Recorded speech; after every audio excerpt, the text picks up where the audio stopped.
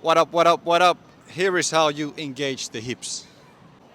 I think weight shift is a big part of the engagement of the hips.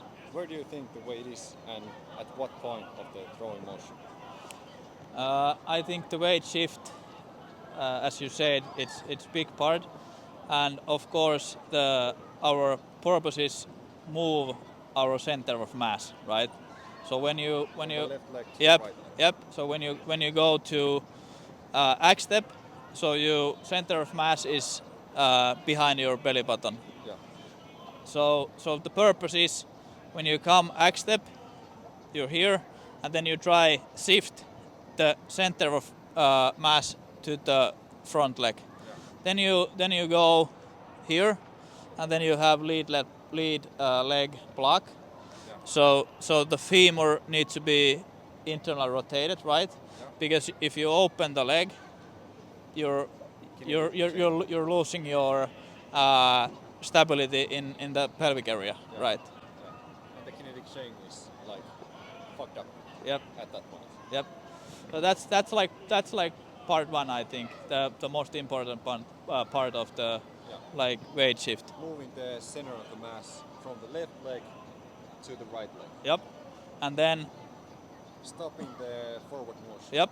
to the right leg. Yep.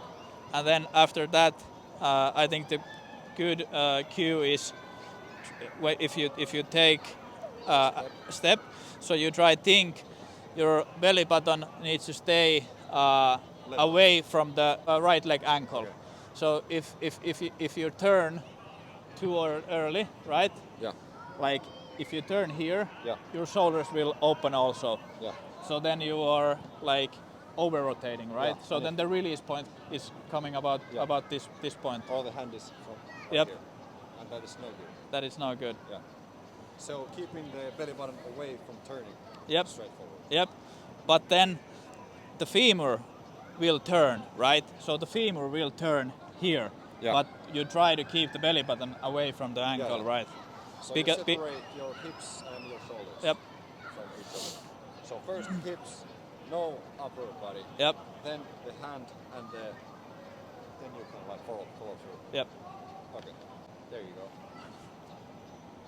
All right. So tip to the home how to think about the center of mass shifting. So you go first. You go hinge, what we call. So you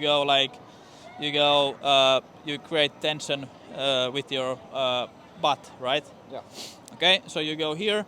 Then you start moving the pelvis forward and rotating the hips, rotating the trunk at the same time away from the target. And then when you are completely stretched position, then you come back. So no pressure to the front leg, only pelvis moving forward and the trunk rotating away from the target. Easy. All right. Tip number 2, when you get the first one. So the second one, we add a little bit of reactivity and then trunk control. Okay, so you start jumping small hops. When you land here, you need to control the ground force and shift the weight and then throw. So the usual mistakes what people do is when they have X step, so they lose control from the pelvis, and the pelvis either drop or tilt the way where you need to throw, and then the trunk and upper body gets out of the. When